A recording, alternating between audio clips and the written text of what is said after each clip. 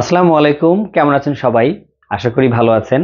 আমি মোহাম্মদ আরিফ হোসাইন, সহকারী কমিশনার ও executive magistrate, 43তম BCS এর মাধ্যমে নিয়োগপ্রাপ্ত।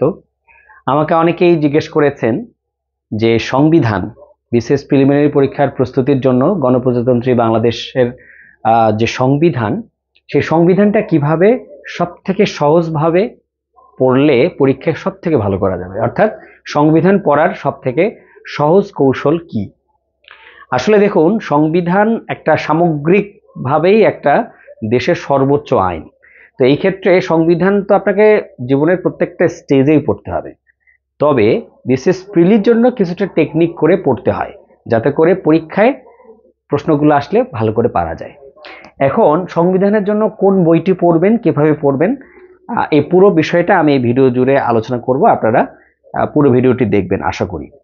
তো সংবিধান পড়ার ক্ষেত্রে অনেকেই শুধুমাত্র বাজারের গাইড বই কিনেই কিন্তু পড়া শুরু করে দেয় বা ক্ষান্ত দেয়। তো আমি সাজেস্ট করব আপনারা বাজারে এই যে মূল যে সংবিধান বইটা আছে, এই বইটাও কিন্তু একটু কিনবেন। দেখুন, এই যে সাদা মলাটের যে এই বইটা হলো মূল সংবিধান। অর্থাৎ একেবারে মূল সংবিধান বলছি না, মূল সংবিধান তো বাংলাদেশ জাতীয় জাদুঘর সেখানে সংরক্ষিত আছে, অর্থাৎ এটা সরকারিভাবে প্রকাশিত সংবিধান বই। দেখুন, এই বইটা প্রকাশ করেছে আইন, বিচার ও সংসদ বিষয়ক মন্ত্রণালয় এবং লেজিসলেটিভ ও সংসদ বিষয়ক বিভাগ। ঠিক আছে, এই বইটা আপনারা কিনবেন, বেশি দাম না, 340 টাকা মাত্র, নীলক্ষেত গেলেই পাবেন। কেন বলছে এই বইটা কিনতে? এটার দুইটা কারণ আছে। প্রথমত, মূল সংবিধানে কি আছে সেই জিনিসটা যদি একটু না দেখেন তাহলে তো আপনার মানে আসল বইটা পড়া হলো না। ঠিক আছে, গাইড বই পরীক্ষার জন্য দরকার আছে, কিন্তু মূল বইটাও একটু কিনবেন। এখানে মূল বইয়ের ভিতরে দেখবেন যে বাংলায়ও আছে, ইংরেজিতেও আছে, অর্থাৎ মূল সংবিধানে এই দুইটা জিনিসই আছে। এটা একটা গুরুত্বপূর্ণ বিষয়।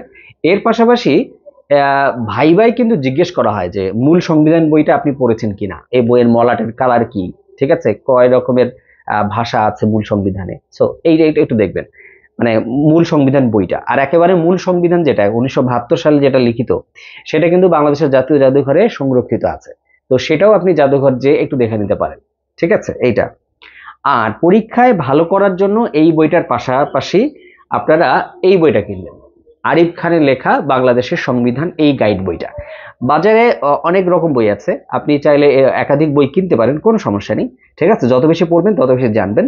তবে এই বইটা বাজারে বহুল প্রচলিত, মানে অনেক বেশি চলে এই বইটা। ঠিক আছে, এই বইটা এখন কিন্তু স্বাস্থ্যবান হয়ে গিয়েছে। আমি যখন কিনেছি তখন এরকম ছিল, বর্তমানে যে নতুন সংস্করণ বের হয়েছে সেটা আরেকটু মোটা, মানে আরো বেশি ব্যাখ্যা বিশ্লেষণ আছে। এই বইটা কেন কিনতে বলছি? কারণ এই বইটার ভিতরে অনুচ্ছেদগুলোর যে ব্যাখ্যা, সেই ব্যাখ্যাগুলো আছে। অর্থাৎ আপনাকে, আপনি যদি বুঝতে চান প্রত্যেকটা অনুচ্ছেদে কি বলতে চাচ্ছে, সেটার যে এক্সপ্লানেশন, সেটার যে ব্যাখ্যা, সেই জিনিসটা কিন্তু এটার ভিতরে পাবেন। অর্থাৎ এটা আপনার রিটেন এবং ভাইবা সেটার জন্য কাজে লাগবে এই বইটা, শুধু প্রিলি না। তো এক বই কিনে আপনি 3টা স্টেজেই ভালো করতে পারেন, এটা গেল।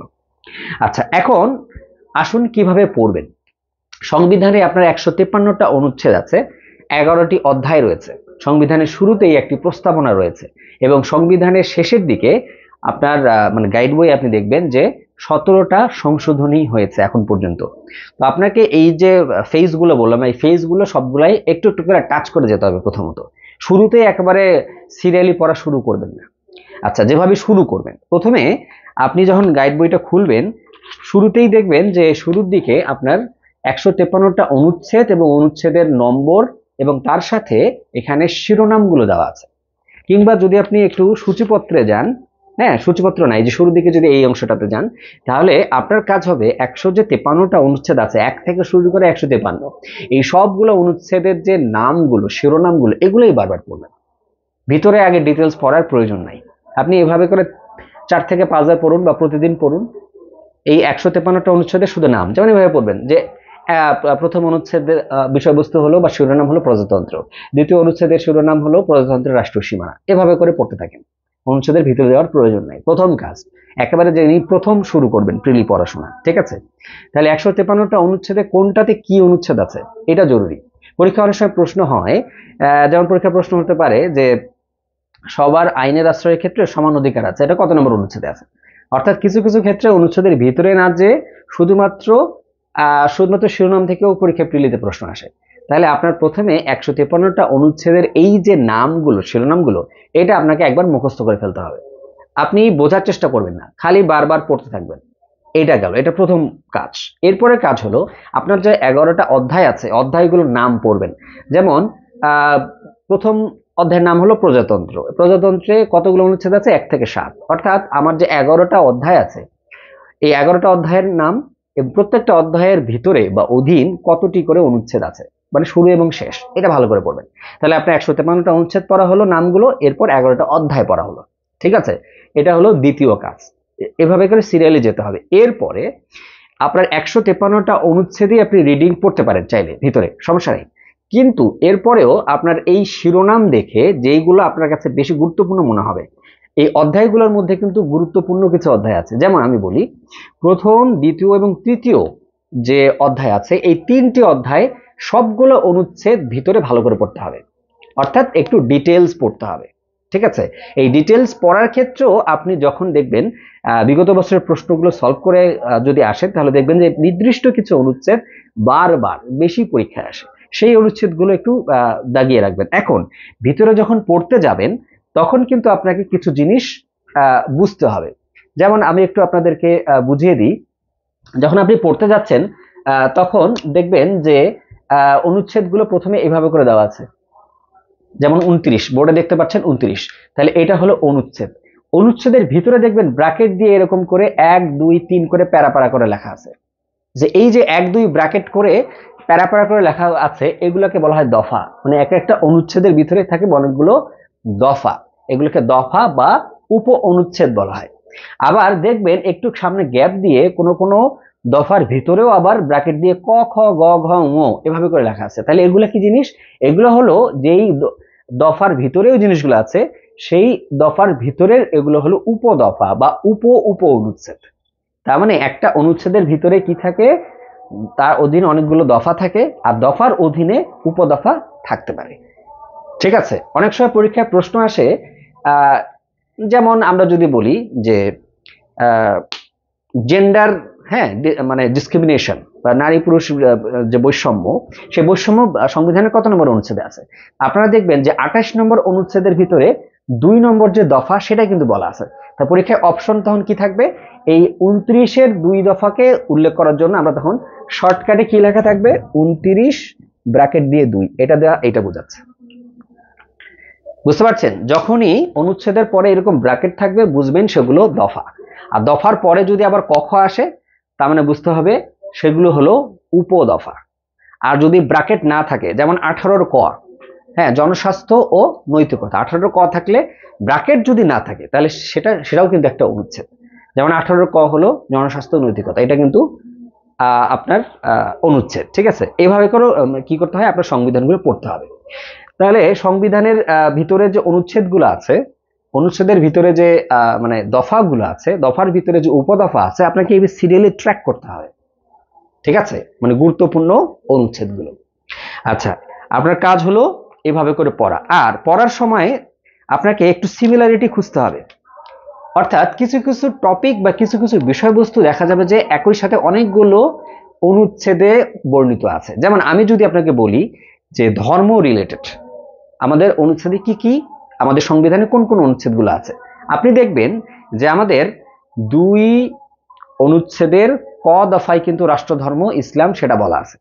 আবার আপনি যদি 41 অনুচ্ছেদে যান, সেখানে বলা আছে ধর্মীয় স্বাধীনতা।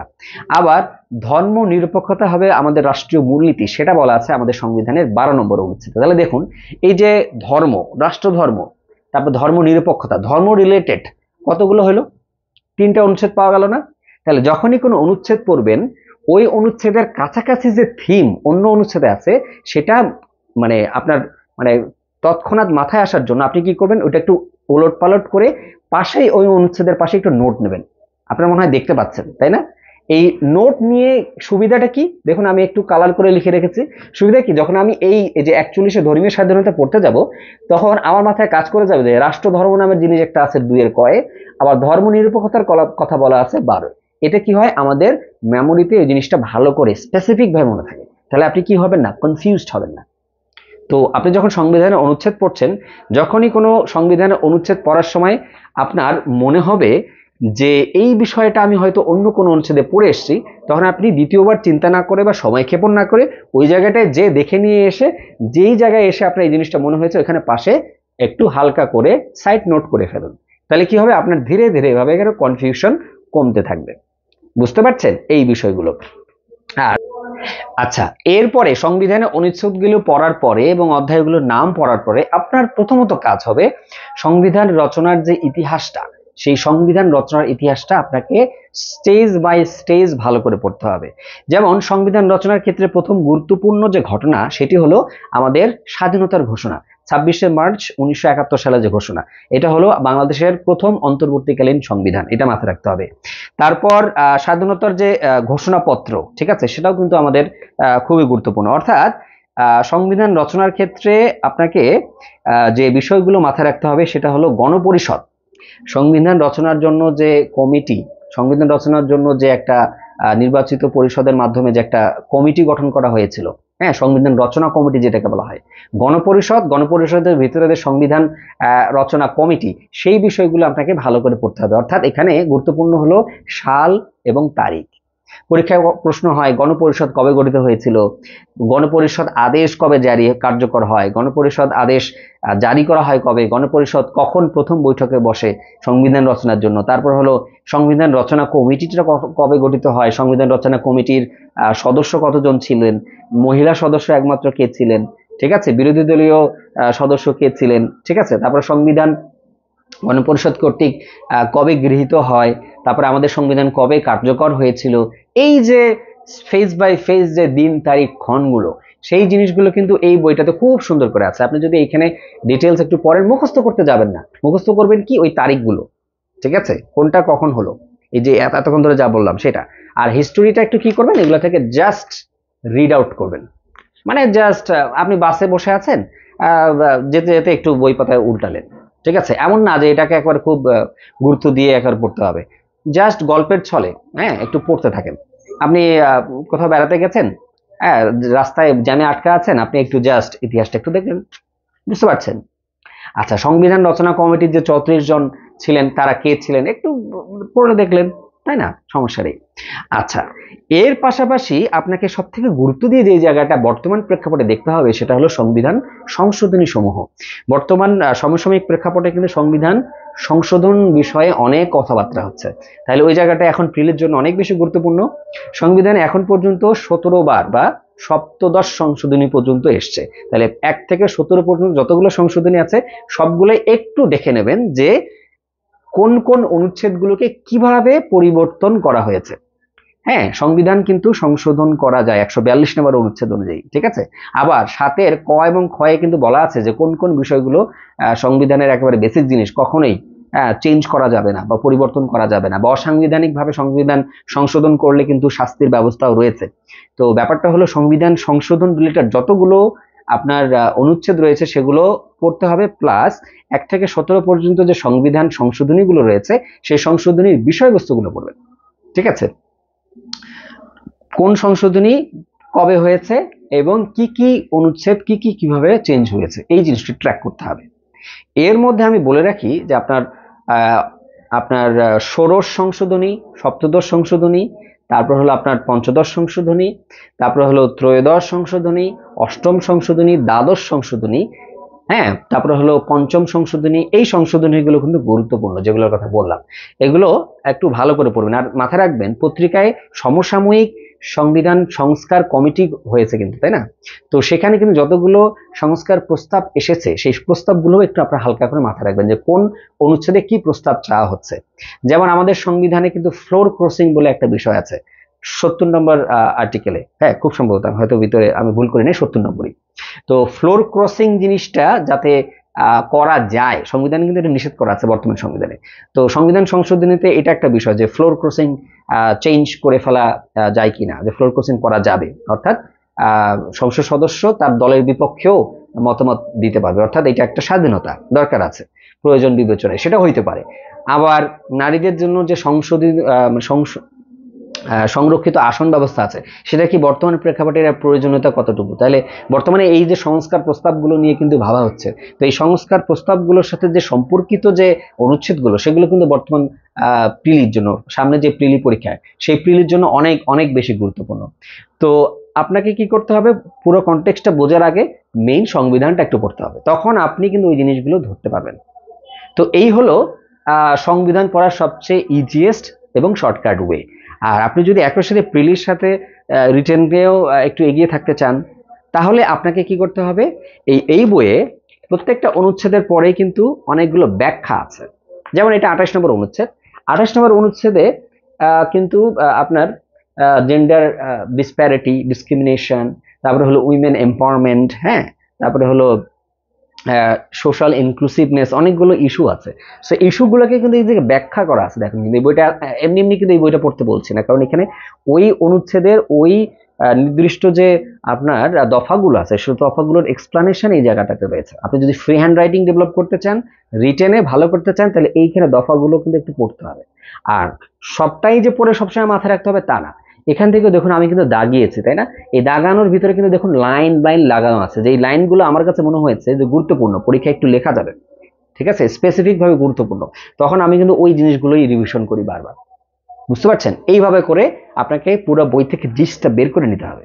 তারপরে দেখুন আমি বিগত বছরের পরীক্ষার প্রশ্ন যেগুলো আসছে সেটাও আবার দাগিয়ে রেখেছি। দেখুন এই অনুচ্ছেদের ভিতরে আমার বইটা অবশ্য আপনারা হয়তো দেখতে পাচ্ছেন, দেখুন 28-এর এই যে 4 নম্বর দফায় কিন্তু আমি 24 বিসিএস লিখে রেখেছি।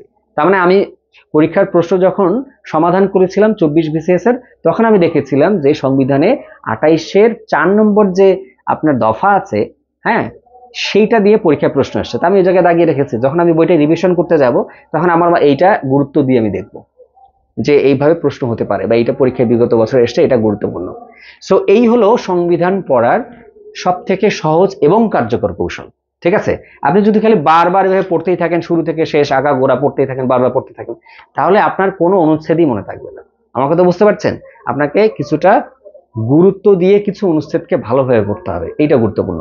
আর আমি বলে রাখি, প্রথম দ্বিতীয় তৃতীয় অনুচ্ছেদ সব থেকে ভালো করে পড়বে, তৃতীয় এই 3টা অধ্যায় ভালো করে পড়বেন, প্রথম দ্বিতীয় তৃতীয়, আর বাকি অধ্যায়গুলোর ক্ষেত্রে স্পেসিফিক যে অনুচ্ছেদগুলো আছে সেগুলো গুরুত্বপূর্ণ। সংবিধান বিষয়ে কিন্তু আমার অন্য আরেকটি ভিডিও আছে, যেখানে কিন্তু কোন অনুচ্ছেদগুলো বেশি গুরুত্বপূর্ণ আমি স্পেসিফিক করে বলেছি। আপনারা ওই ভিডিওটাও কিন্তু এখানে আমার যে প্রিলিমিনারি প্লেলিস্ট, সেখানে আপনারা ওইখানে দেখতে পারবেন। ঠিক আছে, আর আমাকে অনেকেই জিজ্ঞেস করেছেন যে আমি লাইভ ব্যাচ পড়াচ্ছি কিনা। আসলে কর্মব্যস্ততার কারণে প্রশাসন ক্যাডারের কাজের চাপ অনেক বেশি, আমি আসলে সময় করে উঠতে পারি না, এটা আমার ব্যক্তিগত ব্যর্থতা থেকে আমি লাইভ পড়াইতে পারছি না কর্মব্যস্ততার কারণে। আর আমি এই ভিডিওগুলো করছি হলো অবসর সময়, ছুটির দিনে, ঠিক আছে, যাতে একটু সময় বের করে, আমাকে অনেকেই জিজ্ঞেস করছেন অনেক বিষয়ে, সেই কারণে আমি ভিডিওগুলো করছি যাতে তাদের কাজে লাগে। এর পাশাপাশি আমি বলতে চাই যে আমার প্রিভিয়াস ব্যাচ, রিসেন্ট যে ব্যাচটা গিয়েছে, সেই ব্যাচের আমি রেকর্ডেড ক্লাসগুলো আমি একটা ব্যাচ আকারে ওপেন করেছি। আপনারা চাইলে খুবই একেবারে স্বল্পতম মানে একেবারে সাশ্রয়ী মূল্যে আমি আমার যে রেকর্ডেড ব্যাচ সেটা ওপেন করেছি, আপনারা চাইলে সেখানেও এনরোল করতে পারেন। সেখানেও আপনারা বিশেষ প্রস্তুতির যাবতীয় সব কিছু পাবেন, আমার নোটস সহ পাবেন। ঠিক আছে, তো আপনাদের সবার জন্য শুভকামনা রইল। এই ভিডিওগুলো ছড়িয়ে পড়ুক একেবারে গ্রামের প্রত্যন্ত অঞ্চলে, একেবারে যারা সুযোগ সুবিধা বঞ্চিত এলাকায় থাকে সেই জায়গাগুলোতেও ছড়িয়ে পড়ুক ইন্টারনেটের মাধ্যমে, সেটাই আমার প্রত্যাশা। আর আপনারা লাইক কমেন্ট শেয়ার করে আমাকে উৎসাহ দেবেন। ভালো থাকবেন সবাই, আমার জন্য দোয়া করবেন। আসসালামু আলাইকুম।